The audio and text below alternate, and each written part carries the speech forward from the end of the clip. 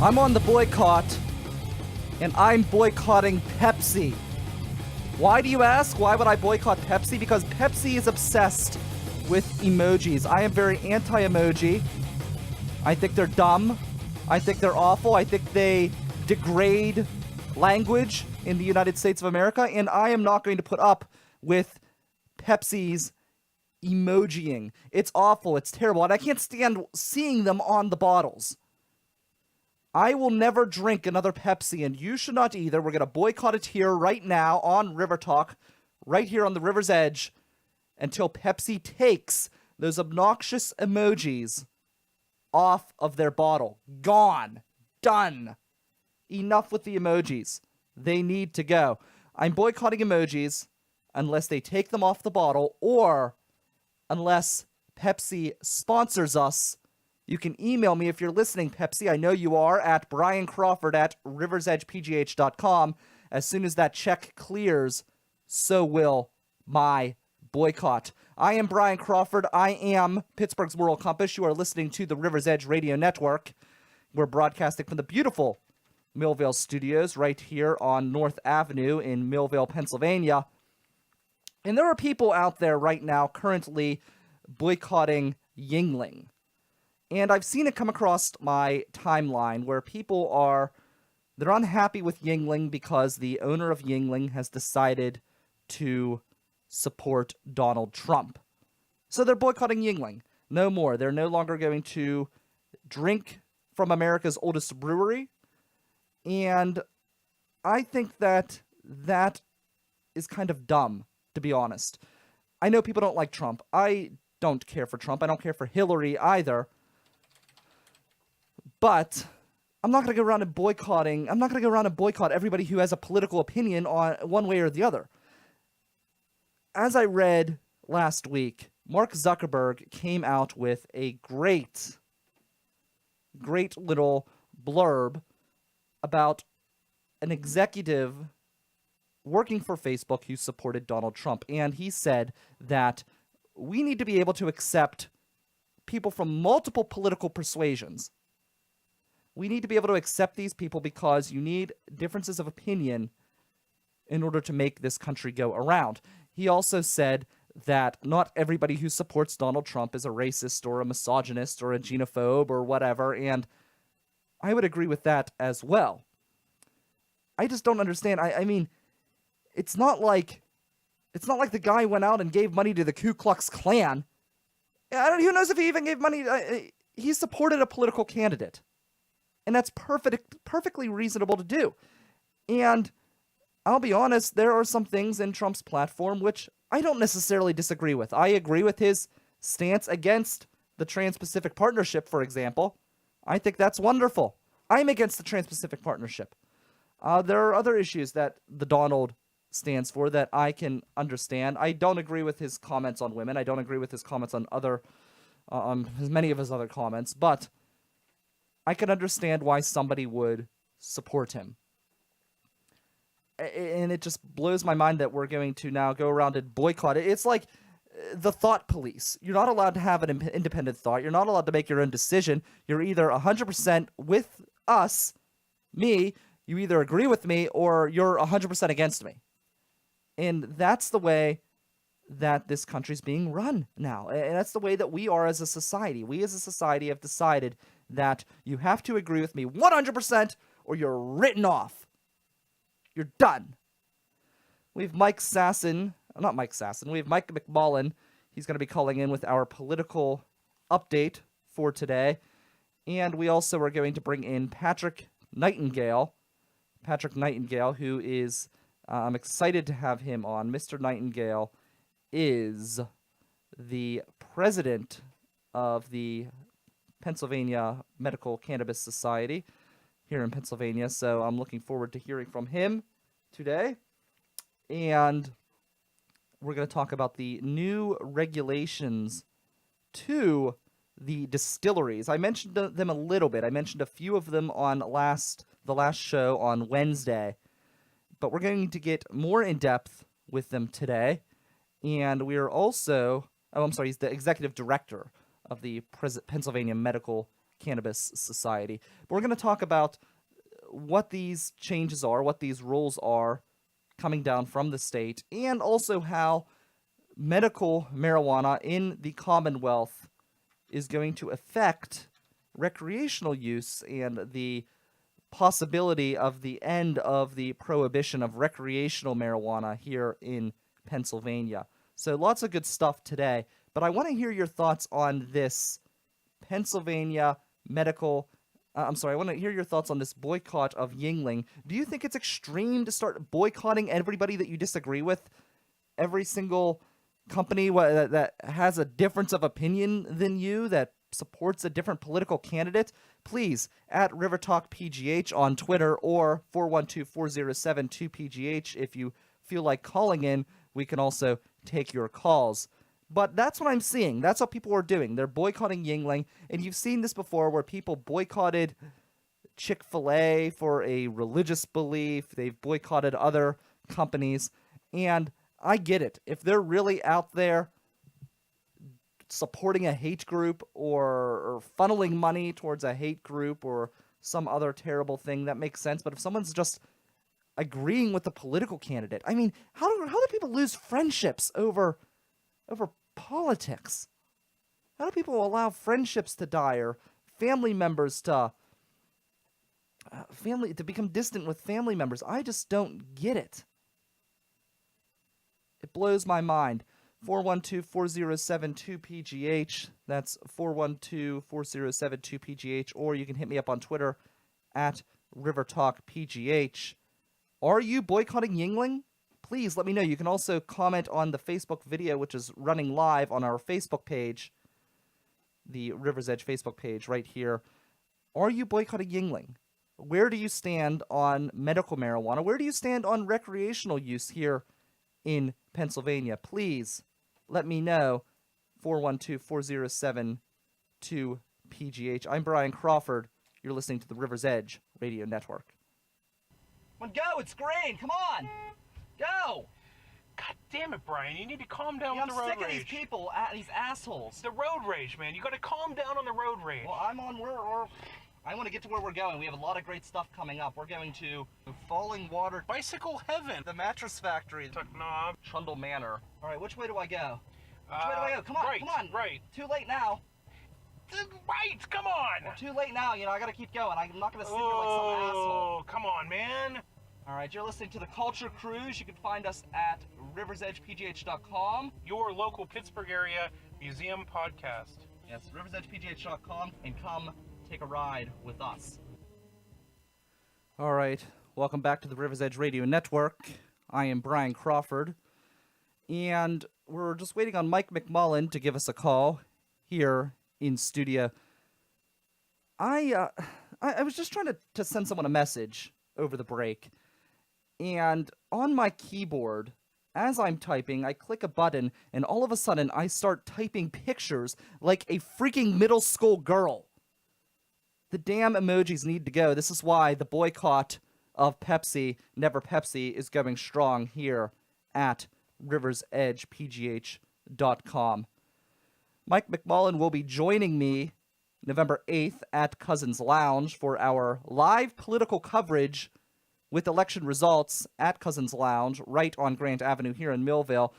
We're going to have some fun. We got a diverse panel. I'll be announcing people throughout the week as I try to spark some interest in this awesome event. It's going to be good beer, good conversation, and drunken Yinza reaction from the bar as the results come through. So I'm really looking forward to that. I think it's going to be a good time. Always a good time when I have Mike McMullen involved. We'll have Liz Victory of Victory at the Crossroads. She also has a 10-year journalism background, and she also was a member of the Occupy Wall Street movement. So talk about a clashing of different interests and different persuasions here on this panel. It's going to be a good time. I'm looking forward to it. You should come out to Cousins Lounge November 8th, 8 p.m. for live election results. So I just gave Mike the message. Call now! It's your segment. Yuengling, are you drinking it? Are you passing? Where do you stand on this boycott? I may just go out and buy a Yuengling after today's show just to protest because it's stupid. I'm sorry, I know some of my friends are engaging in the boycott. I've seen some of the posts. I don't like what Donald Trump has said. I don't agree with a lot of Donald Trump's stances, but I agree with someone's right to support him. I'm not going to try to damage their business over who they choose as a political candidate. I mean, to me, that's just ludicrous. I mean, do we want to live in a republic? Do we want to live in a democracy? Or do we want to live in some sort of banana republic? Maybe the same people are okay with Hillary Clinton rigging an election as long as Donald Trump doesn't become president. Is that where we're at? Mike McMullen, are you boycotting Yuengling? What's that? Are you boycotting Yuengling? Hell no. I drink Yuengling because the Yuengling guy is a hell of a Republican. I met him in Tampa Bay in 2012. We got a private tour. We had an event actually at the Yuengling Brewery down in Tampa, and, you know, they shut down the plant and all that, and we drank a lot of Yuengling beer for about 3 hours before the convention.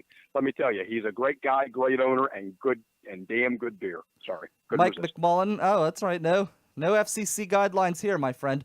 Mike McMullen, our political commentator and insider here on the River's Edge. I'm Brian Crawford. Mike, you've heard about the boycott, right? Oh, absolutely, because, he's supporting Trump. Oh, this, woe is me. Look, you know, we live in a politically correct bullshit society, and I'm sick and freaking tired of it. Sorry, I know you don't have FEC guidelines, so but I still try to stay within channel and within guidelines, or, you know, so forth. But look, I mean, you know, because you're on this side of the aisle or that side, or, you know, XYZ company or this owner does this or support. It's like, for God's sakes, come on. I mean, Yuengling is a better product than any bud product anywhere, anytime. Do we want to live in a country where we have the right and the ability to choose who we want to support for president, or do we want to live in some sort of I don't know, like banana republic or something? I don't get it. Well, Brian, here's the thing. I mean, look, we got 10, 11 days. I mean, it's like, look, it's Friday, 10/28. We've got, you know, November 8th, and it's very unfortunate that people are finally starting to sort of pay attention now on what the hell is going on. I mean, look, if you don't vote, don't bitch. It's that simple. Democrat, Republican, I don't care if you're a member of the Green Party, Libertarian, you know, if you're a third party candidate, a third party, you know, independent, great, more power to you. But get out and vote. Do your self diligence. Take, you know, honestly, take half an hour. Look at the federal level. Obviously, you know, the president, the United States Senate, your congressman, the U.S. senator, congressman, and your local offices. You know, here in Pennsylvania, we have state senators or state representatives. If you live in other states and you're viewing audience, like I was in Ohio, they have local elections. I was in Ohio a couple of days ago. They have, like, you know, prosecutors. You know, they have local races, judge races. No matter where you live, people have got to be educated. And the thing is, like, look, there's so much information out there on the internet, on Facebook. Look, you know, do your due diligence, research the candidates, research the office. And then the thing is, if you don't know enough about the candidates, pick up the phone, email the local campaign office, and believe me, they will get back to you. I mean, you know, whether it be a simple standard form email, but they will get back to you and say, hey, thanks for reaching out, or hey, you know, my views on gun control or social issues or whatever. But people need to be educated and informed. See, Mike, I actually disagree. I agree that people need to be educated and informed, but I don't agree with getting out the vote just to get out the vote. I mean, I really don't want someone who can't spend 5 minutes to Google someone's name to go and make a decision that could affect my life. Well, Brian, I mean, good point. I mean, I'm, you know, maybe I'm, you know, too nice or too old school in the sense it's like, look, we live in a great country, and unfortunately only, I mean, what, they say, depending on the state, the polls, I don't even want to get into polls, you know, that could be a whole freaking discussion for an hour or two on polls, but maybe 45-50% of the registered electorate might turn out to vote. Mm-hmm. Might. And the thing is, Democrat, Republican, Independent, because the independents here in Pennsylvania don't have the opportunity to vote in either primary because it's a closed primary. And I'll tell you what, Brian, personally, I have a lot of friends who've been Democrat, Republican. They said enough of both parties. I'm sick and tired of it, and they've registered independent. Like, look, we're not. Unfortunately, here in Pennsylvania, you can't vote in the Democrat or Republican primary if you're an independent. But I have more friends who have switched parties just because they're tired of the BS. And either side is just it's sort of like the lesser of the two evils. So. We got to move on. I want to talk about the Senate race here in Pennsylvania. I think Pat Toomey's in trouble, and I'll be honest. I listened to his debate on, I think it was KDKA with Katie McGinty, and I'm thinking about voting for Katie McGinty. She understands. I think she has a better grasp of the people here in the Commonwealth. They asked both candidates a question on education, and Pat Toomey came out with this old, tired. Oh, I paid my way when I was through school, and this and that. And Katie McGinty actually took the issue seriously, and he tried to just brush it aside. You know what? People are struggling. People can't finance their way through school. Yeah, I'm glad for you, Pat, that you were able to pay your way through school how many years ago. But you know what? The price of education has quadrupled, and the wages have not gone up. And tell me how some kid graduating high school is going to be able to pay his way through college when it costs $1,200 at a state-funded university here in Pennsylvania, and the prices are going up, making minimum wage. That doesn't even include the living costs or the travel costs if you're a commuter. It's just the numbers don't add up, and he's so disconnected from reality. Well, Brian, okay, I'm going to be the partisan here. It's like, look, I'm highly, and I'll say this on public, I'm on the air, I'm highly disappointed in Senator Toomey in a lot of issues personally. Mm-hmm. However, do you really want Katie McGinty, who's been a career politician? Look, you can say what you want about Pat Toomey. I give him credit when he first ran for Congress. He's like, hey, I'm going to turn myself out. He was in 3 terms. He went into the private sector. Look, I'm not going to say how he did, what he did. Look, he walked away for 4 to 6 years. And remember, he took on Arlen Specter when the party turned his back. Snarlin Arlen, God rest his soul, good individual and all that. In his day, good public servant for the Commonwealth. But he took on Senator Specter and didn't get party support and lost by less than, I think I recall 20,000 votes, give or take. And he came back around and he won, in 2010 when he beat Congressman Joe Sestak, the Admiral. But ultimately, it's like you really want Katie McGinty? Do you really want a rubber stamp on Pennsylvania? Maybe she'll get something done. She won't insult the gun owners of Pennsylvania.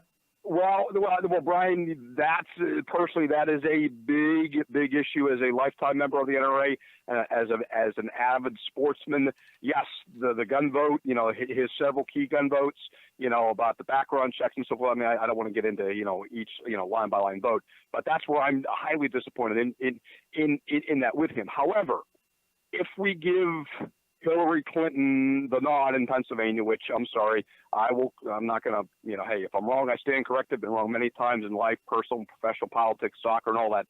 But hey, if Trump pulls it out, wins Pennsylvania, it'll be the first time since '88. But look, the latest poll I saw yesterday, posted on Facebook, she's up 6 to 8. Look, I'm tired of polls, but look, do you want to give Katie McGinty a rubber stamp with Hillary Clinton as president? That's where I think people, you may snarl and say, oh God, got McGinty Toomey, but ultimately, do you want to give Hillary Clinton a rubber stamp vote for Katie McGinty in the United States Senate? And ultimately, remember, the United States Senate is potentially going to confirm potentially Supreme Court nominees. If you really want to get down to it, do you want, somebody who's going to stand up for constitutional conservatives and center right or moderate, people on the bench, or do you want, Katie McGinty and Bill Clinton and Hillary having left-wing Supreme Court judges? That's just, a counter argument. But a little thing I saw in the Trib yesterday, in the Sunday Trib. Thing is, Brian, I mean, remember back in Tom Tillis and Kay Hagan in North Carolina, that 2014 election cycle, they in North Carolina, that was Hagan was running for first-time re-election after 6 years. Tom Tillis was the former Speaker of the House. They spent $100 million in a purple state, meaning purple state. Years ago was traditionally Democrat, but in the last, I'd say 15, 20 years, it's been a red state. Now it's a purple state. Purple meaning it can go either way. It's 50-50. And Tom Tillis won like 51-49. But as of the Sunday Tribune Review reported, in Pennsylvania, between both campaigns, all the PACs, all the outside spending, they spent the highest record number in the Commonwealth of Pennsylvania. So far, and this isn't the final total, they spent $145 million on Wow. one race in the United States Senate. One race. I mean, and the thing is, Brian, I mean, I don't have the numbers like a good friend of mine. I was in Boston, and well, not Boston. He was from Boston. He's a TV producer up in Boston area, and just in Boston alone, not Boston, but the media market in Boston, where Kelly Annett is, the sitting senator in New Hampshire, and obviously you have to spend money in Massachusetts because that's where the media market is. I mean, little tiny New Hampshire. I mean, we all think West Virginia's small, or like Delaware. Little tiny New Hampshire, I think we talked about this, they've spent over $100 million for Wow. little tiny New Hampshire. So you've got, and these are marginal Senate races. These are, the thing is, if the Dems flip 5 seats, they're in control. Pennsylvania, New Hampshire, Colorado, Wisconsin, Illinois, and some other ones. We're probably gonna pick up the Harry Reid seat in Nevada, so we may lose one, pick up one, but ultimately, I mean, it's going to be 51-49. But ultimately, I hope it doesn't end up 50-50, and Tim Kaine has the deciding vote. I mean, if it goes to a roll call vote, he may have the deciding vote on legislation. Mike, there's one other thing I want to talk to you about real quick. I don't know if you heard about this ballot question that's going to be coming out. Oh, yes. Shall the yes, Pennsylvania Constitution be amended to require that justices of the Supreme Court, justices of the Magisterial Court, be retired on the last day of the calendar year in which they attain the age of 75?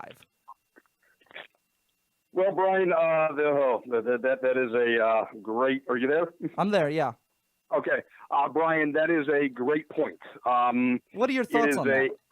Well, somebody, and I can speak firsthand to this because somebody who ran for MJD, magisterial district judge in the 2015 election cycle.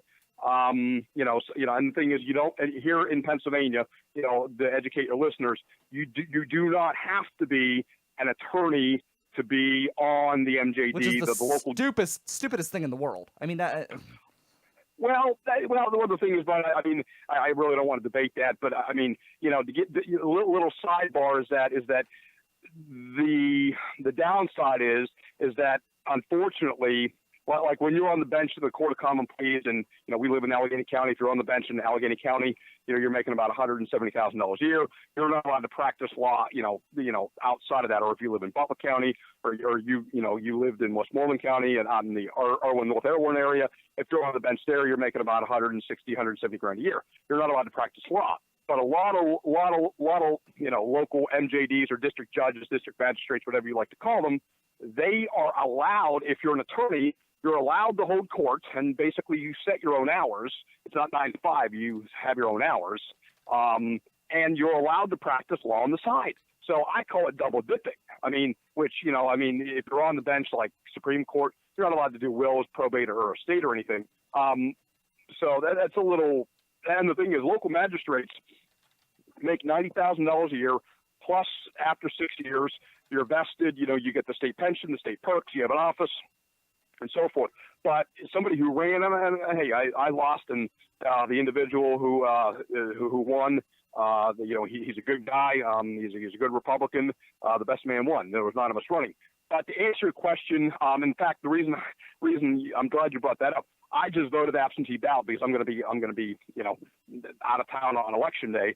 But I voted no, meaning it's a vote yes or vote no. Now, the argument is people are getting older, they're wiser, people are smarter, and let's face it, we're all living longer. I mean, it's not like, 20 years ago, or, even if you take care of yourself, longevity, we're living longer. I voted no, and I would tell everybody to vote no. Because you may have accidentally, Mike, voted the wrong way. Well, do you know why? No, the reason why I'm saying this, not because I'm disagreeing with you, but right now, the retirement age is 70. They're actually raised. Okay, yeah. Okay, so that's right. Yeah, so you did vote the right way in what you're thinking. Yes, but don't you think that's misleading? Because that makes it sound like, to me, when I read this question, like there is no age. Well, I don't mean to interrupt. Have you read the ballot question the way it's written, or you just saw it, or this is the way it's written? Unless maybe you could correct me, but this is according to the Post-Gazette. It's written specifically. Okay. Shall the Pennsylvania Constitution be amended to require that justices of the Supreme Court, judges, and magisterial district judges be retired on the last day of the calendar year in which they attain the age of 75? Okay. Yes. Yeah. That is correct. And I'm Mike Storr, host of the Awesome Cast, which you can hear right here on River's Edge Radio. So what that means We're talking tech, getting geeky every week with people from Pittsburgh in the industry. Go check us out, awesomecast.net, or listen to us right here on River's Edge Radio, Thursday mornings, 8 a.m. after Funny Money. There's going to be long lines. I mean, it's election day. Unless you go midday or whatever, local poll precinct, you're going to vote for president, Senate, Congress, all the down ballot races, Attorney General, Auditor General, state treasurer, Congress, and if you have a state senator or state rep, well, all state reps are up and state senators. But it's the last ballot on the question. I mean, it's the last question on the ballot. And unfortunately, this is where the average, and I agree with, your premise and your argument is, if you're not educated enough, and it's nothing against non-educated people. Oh, it is. I mean, it takes no time or no effort whatsoever to become educated. It's definitely against them. I mean, my God, are you so lazy? Are you so apathetic to what goes on in your own country that you can't even take 2 minutes to Google? Well, Brian, I agree. But my premise is, I'm not knocking non-educated people. I am. Well, okay, you are. I'm not. I mean, look. Look. I mean, my brother's an iron worker, and I mean, he's doing very well and all that. He works very hard. He's in a local Union 3. But the point is, though, is that I just don't want that average voter who votes every 4 years. Oh, I like Hillary or I like Trump, and they're going in and voting for the first time ever. And great, hey, more power to you. You're voting for the first time or whatever. But here again. Honestly, take 10 minutes for God's sakes. And honestly, and of course, there's no random sampling. There's no polling on a ballot measure for Supreme, not Supreme Court. You could look it up on your phone as you're walking to the voting booth. I mean, how hard is it? Well, Brian, I agree, but the thing is, whether it be the Senate race, a congressional race, there's no polling on, should the judge age be raised from 70 to 75? I'm telling everybody, vote no. And honestly, here again, I mean, if you don't know about the candidates, don't vote at all. I mean, just don't and unfortunately, people vote. Oh, I saw a commercial, and he or she, or I saw a colored sign, or I saw a yard sign, or whatever. But if you don't know about the office that the person is running for, don't vote. I mean, or don't vote for that individual office. I mean, if people want to skip various offices, maybe just vote for Senate and Congress and your local state representative, great, more power to you. But just don't go in there and vote straight party leaver. I agree. All right, Mike, thank you very much. We look forward to talking with you November 8th at Cousins Lounge at 8 p.m. for our live election results coverage and election viewing party. Thanks, Mike. Thanks, Brian. Hey, thanks. And I'm down here in sunny South Florida and Fort Lauderdale for 4 days. So enjoy that nice, rainy 40-degree weather all weekend. Yeah, screw you. That's Mike McMullen. I'm Brian Crawford. Have a good day. This is the River's Edge. I'm tired of talking politics. We're going to take a minute and bring you some weird news after this message from Awesome Cast.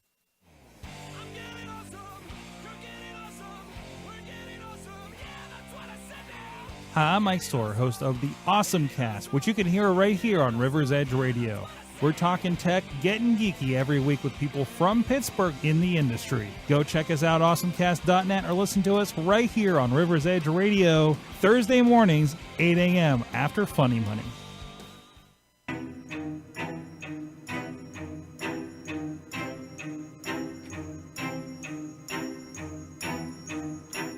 That's not the right music. That's not the right music at all.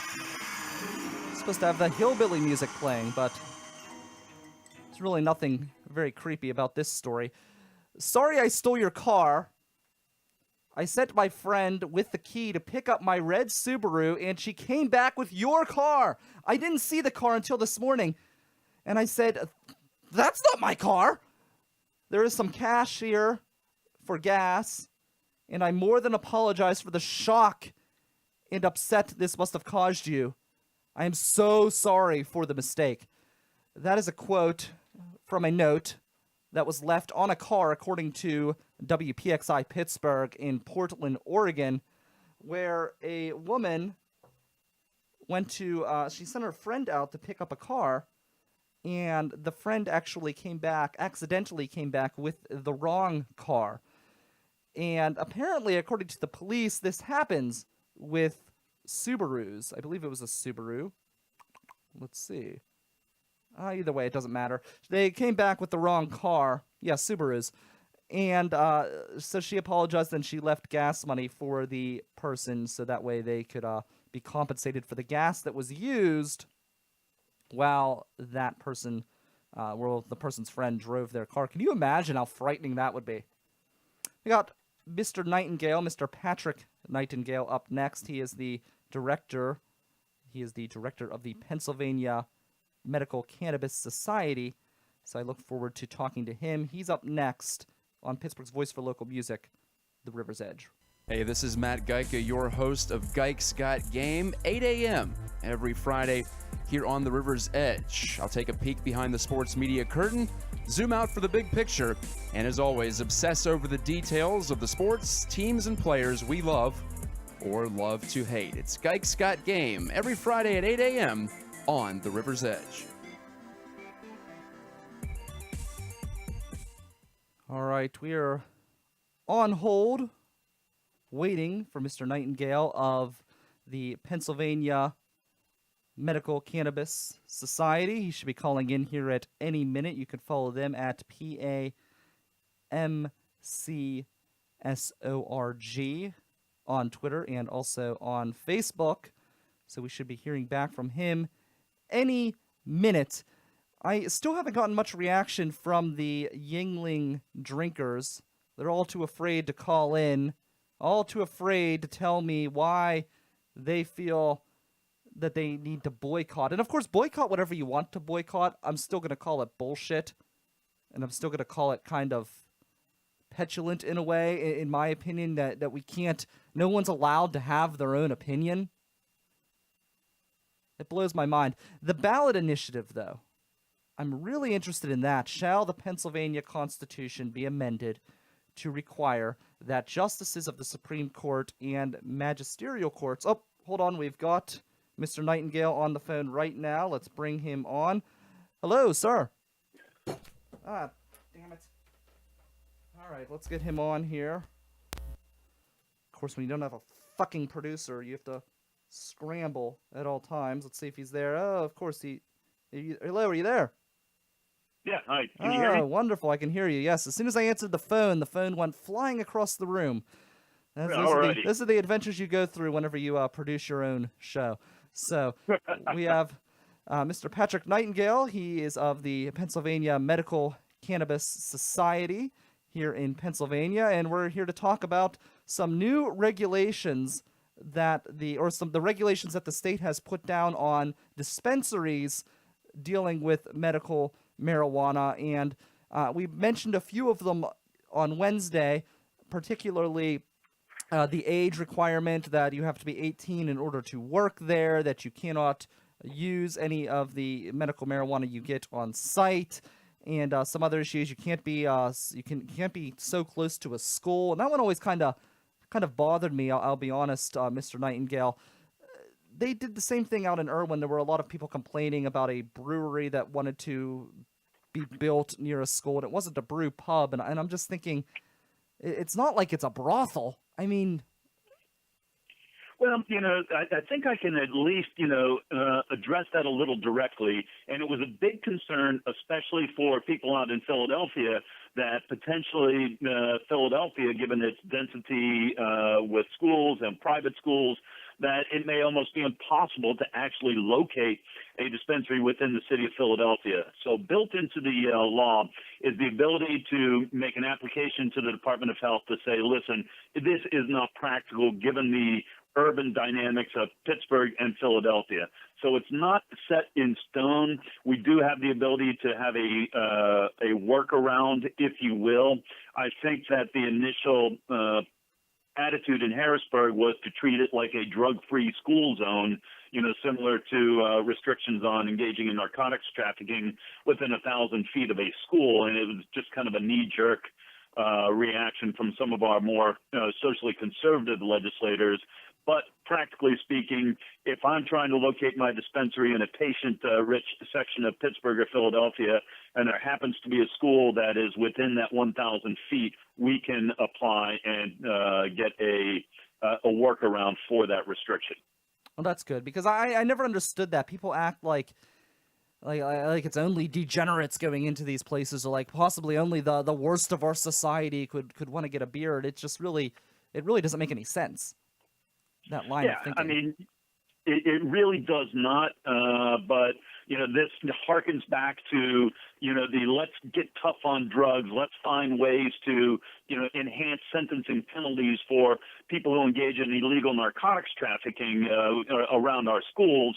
And it has resulted in, hey, let's put this 1,000-foot buffer for drugs. Let's put this 1,000-foot buffer for someone who's on Megan's Law supervision, that type of restriction. And, unfortunately, I think that our lawmakers tend to put additional restrictions without thinking through the collateral consequences of those restrictions. And then people like me and my organization are left trying to clean up the mess to say, wait a minute, you guys didn't really think this through. Now we have to come in and either amend the law or to have the department promulgate some regulations that can effectively address what otherwise is a regulation that would, in the case of the 1,000-foot buffer, force all the dispensaries out of urban areas where the patients are. Are there any other regulations added in the law that are kind of short-sighted? Well, I think that prohibiting the dispensing of flower material is incredibly short-sighted.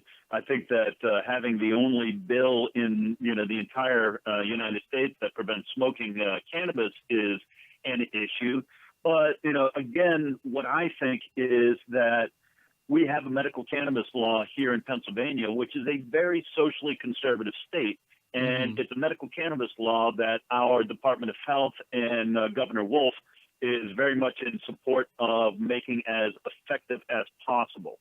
My bigger concerns, and, this kind of comes into the issue of is it short-sighted or not. My concerns are that there are so many costs involved with getting this program up and running that those costs are necessarily going to be passed to the consumer, the patient.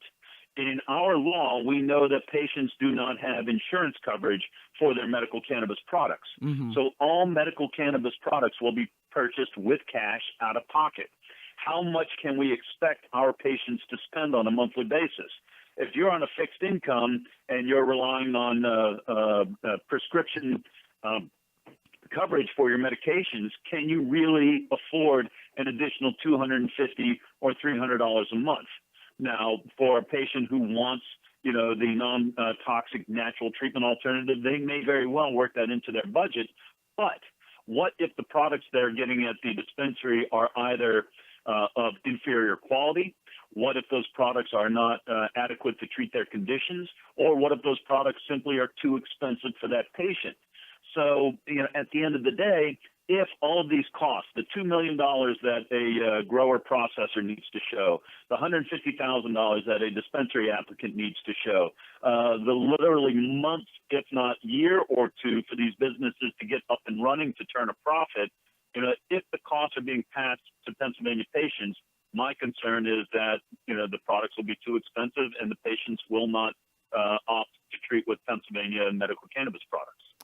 Well, to speak about the costs going to the patient, I'm sure practically all of them will. I mean, we do live in Pennsylvania where we decided that we were going to create a law to not allow people to get updated driver's licenses, so our licenses could be considered a federal ID. So, of course, that's all that cost is going on to the consumer as well. So that seems to be the Pennsylvania way. We're with Patrick Nightingale, the executive director of the Pennsylvania Medical Cannabis Society here in the Pittsburgh area. Mr. Nightingale, what exactly do you guys do with the society? I am primarily, for lack of a better term, the face of the society. I get out there and participate in educational programs, in public speaking. We've been sponsoring events in Pittsburgh, Harrisburg, and in Philadelphia, and I'm honored to be in the position of, acting as MC for those events, hosting panel discussions. And my role is to get out there and to tell people what this law is about, what it does and does not do, how it affects patients, how it affects physicians, how it could potentially affect caregivers, and how it's going to affect people who want to get into this industry.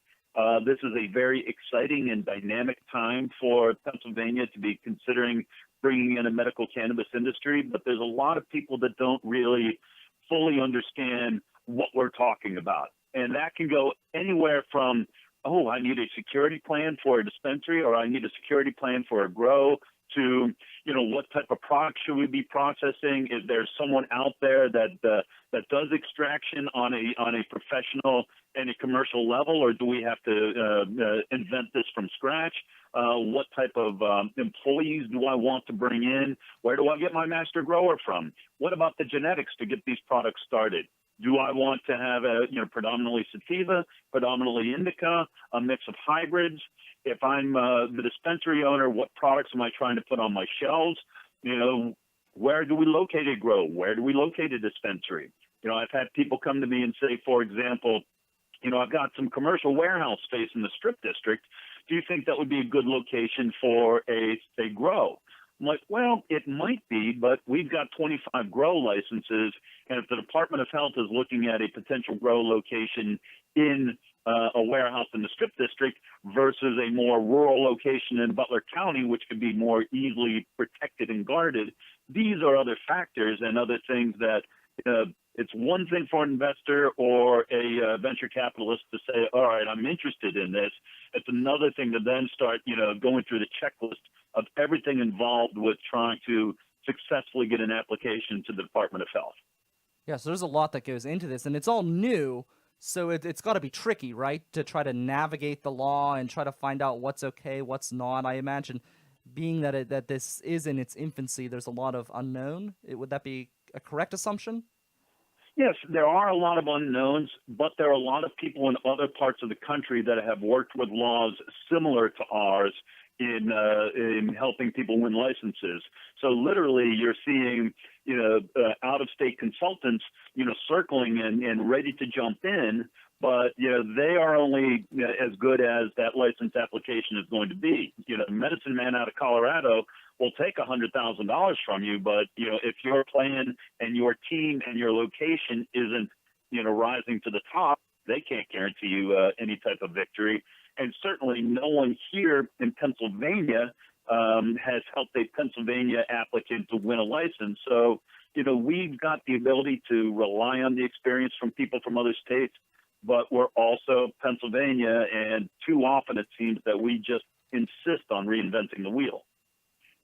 Yeah, Pennsylvania. And one thing I always found interesting about the marijuana situation, and maybe you can clarify why there is this difference in the legislature and the General Assembly.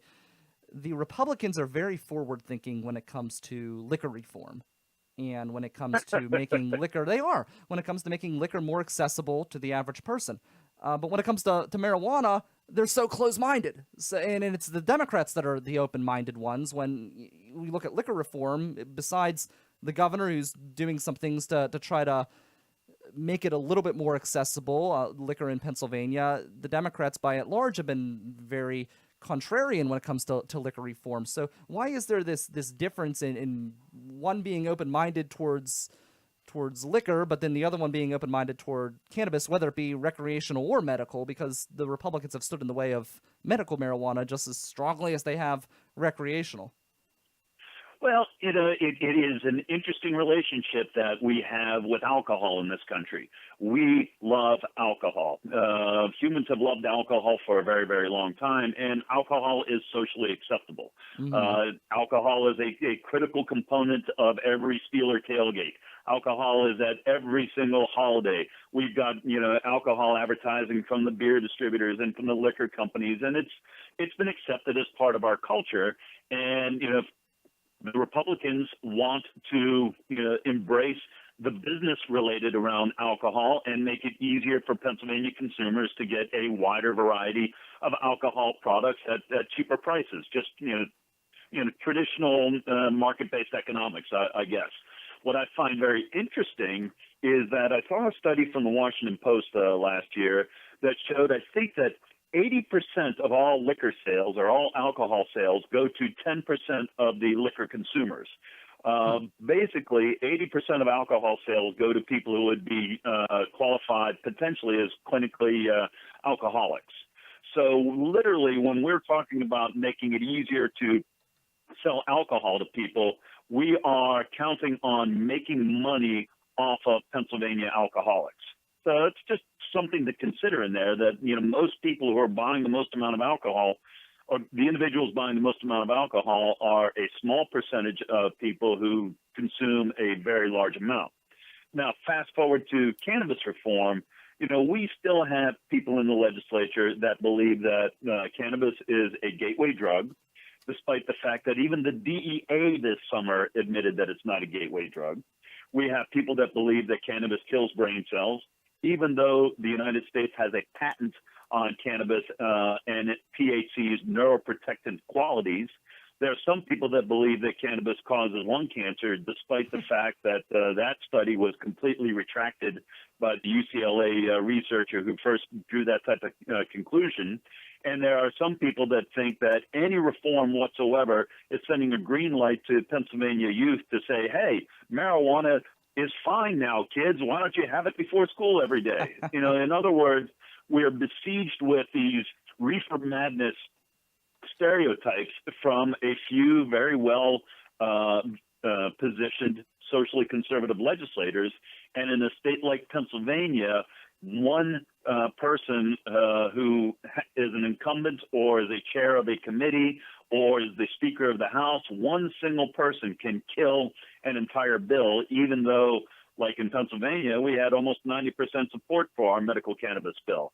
And in Pennsylvania, Speaker Mike Turzai and Health Chair Matt Baker did their damnedest to kill this bill, and they failed. But literally, two people almost stood between success and failure, despite overwhelming support for this legislation. You said Mike Turzai, right? The speaker. Yeah, Mike Turzai, Speaker of the House, who's in a fight right now with John Craig Hammond, who is challenging him for his seat. And Turzai quite literally tried to hold up marijuana reform if he didn't get his liquor reform, because Mike Turzai is the guy who wants this liquor store reform in the legislature. And if he wasn't getting that, he was not going to allow the Senate Republicans to have a success with medical cannabis reform. But he lost. Yeah, that's wild, and that's a big hurdle to overcome too. Usually with Mike Turzai, with the exception of liquor, where he has been unsuccessful, he's usually pretty good at rallying people in the General Assembly and getting what he wants. So that's a big hurdle to overcome that. Where does this lead us now that we have this medical marijuana bill passed? Which I mean, even people who are very against recreational use, they tend to be at least a little bit more open-minded towards medical marijuana. Now that we've got that passed, does this pave the way to recreational use down the road and legalizing that and ending the prohibition? I would say potentially. I think that the conservative members of our legislature are not going to consider expanding into tax and regulate full recreational use until they can see that our system of licensing and dispensing medical cannabis works and works effectively. I know that they're concerned in Harrisburg about illegal diversion of cannabis. They're very concerned that plants or cannabis products are going out the back door, and they're very concerned about teen cannabis use and abuse. Once we have this medical program running and effectively running for a year or two, if we can show that security is not an issue, if we can show that regulation and compliance is being strictly adhered to, if we can show no increase in criminality associated with the dispensaries or with the grows, I mean, this is still going to be an all-cash business. So, law enforcement has legitimate concerns that dispensary owners or grows may be subject to burglaries or robberies. So if we can show pretty much what Colorado has shown, that the system of regulation and compliance can work and work effectively, then I think Pennsylvania will be ready to say, all right, let's consider expanding this and making some of these licenses available on a recreational level and potentially giving preference to the people who have already won licenses and demonstrated that they can run the business successfully. How do you change the minds of some of the opponents of both medical and recreational marijuana?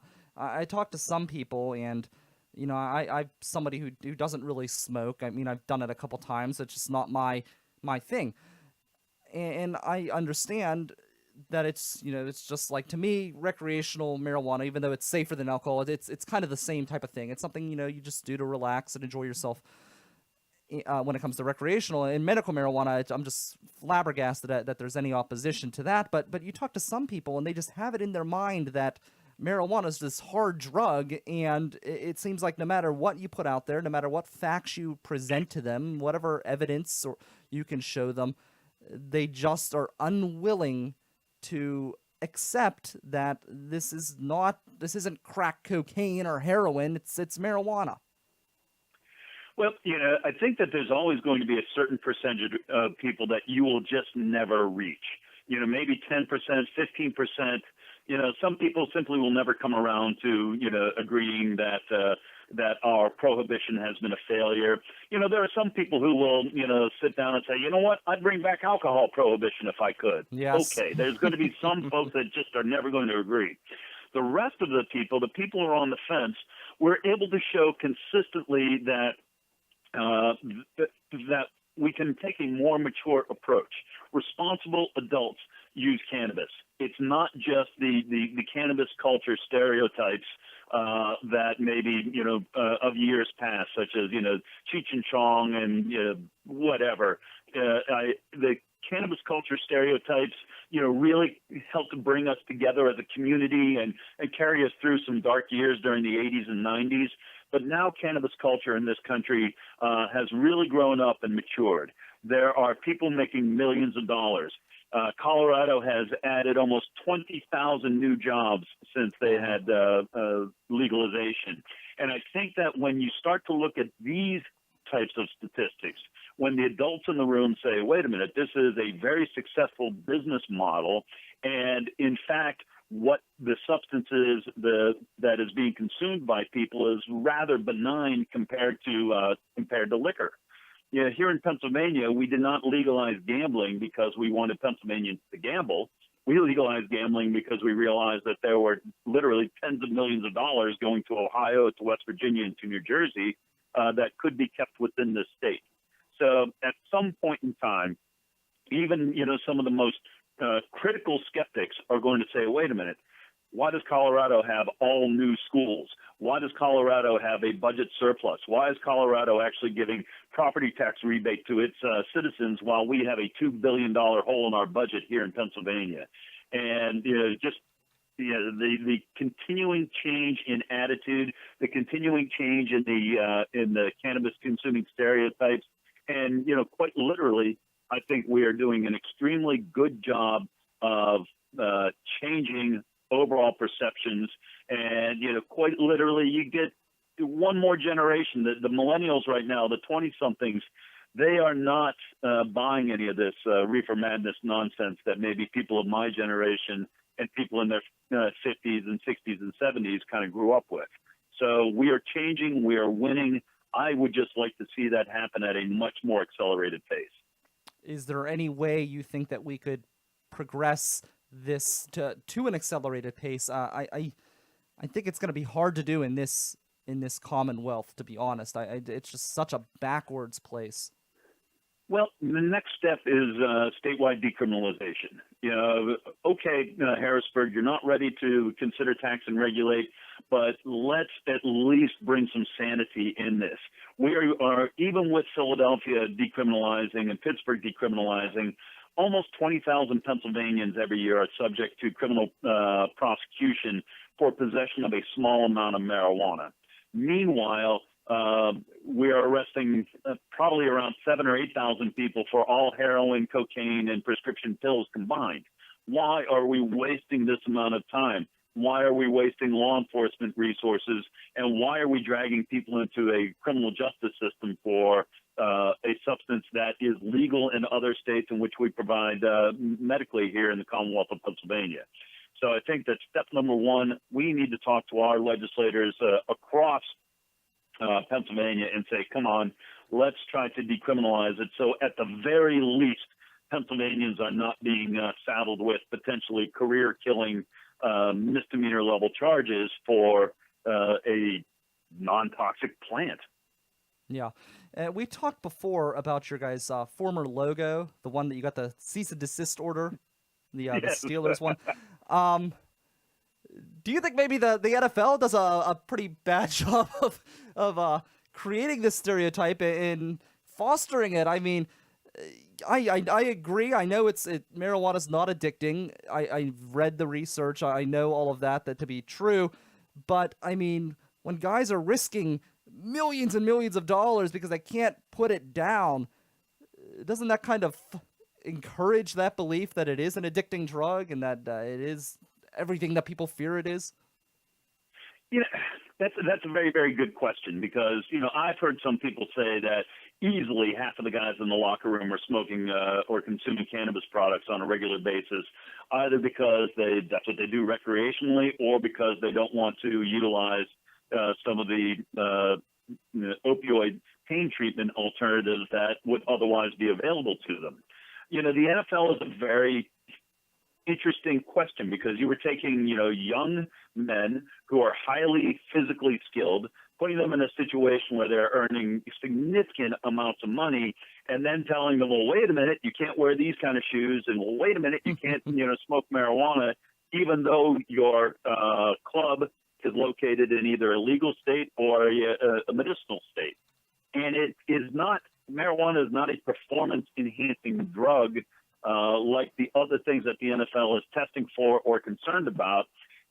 Realistically, the NFL is hurting itself by maintaining a policy that deprives us, the fans, of seeing some of our best players merely because those players opt to either use marijuana recreationally or medicinally. I get it. You signed a contract, Martavius. You signed a contract, Le'Veon. You should have known better. You're costing yourself this, that, and the other thing. But how stupid is this policy that these guys do not get to perform for us, the fans, for personal conduct that has nothing to do with their performance on the field or their moral character? I mean, you get this guy in New York, Josh Brown, who kicks the hell out of his wife over and over and over again, and he gets a one-game license suspension.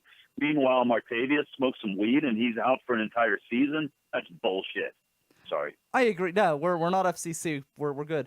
I agree. It is bullshit, but and I agree with you. But at the same time, it's really pretty pathetic if you can't put it down for just a short few years when it's in your contract. I mean, it's a contract they negotiated. They agreed to it. That's a good point. But, I know I have it on good advice that some days after the game, Martavius Bryant couldn't even get out of his car. He was just that banged up, and he didn't want to take opioids. So, that's fair. So. All right, sir. I appreciate your time. Anything else that we need to know before I let you go? No, I think we had an excellent conversation today, and I apologize for not being available on Wednesday. That was a long morning, but I really appreciated the chance to talk a little bit about our medical cannabis efforts here in Pennsylvania. Anytime. That is Mr. Patrick Nightingale. He is the executive director of the Pennsylvania Medical Cannabis Society. I'm Brian Crawford. This is the River's Edge. Thank you, sir. All right. All right, take care, man. Don't forget to tune in on Sunday, 7 a.m., Fishing Without Bait. It's back 7 a.m. And then right after this, we have 100% local original music here in the Pittsburgh area on Pittsburgh's Voice for Local Music, the River's Edge Radio Network. I'm Brian Crawford. You're listening to River Talk. I'll be back Monday with James Porco of Bar Jutsu. They just released a new video game that you can get for your iPhone and your Android phone. So that's coming up on Monday, right here, 10 a.m. at riversedgepgh.com.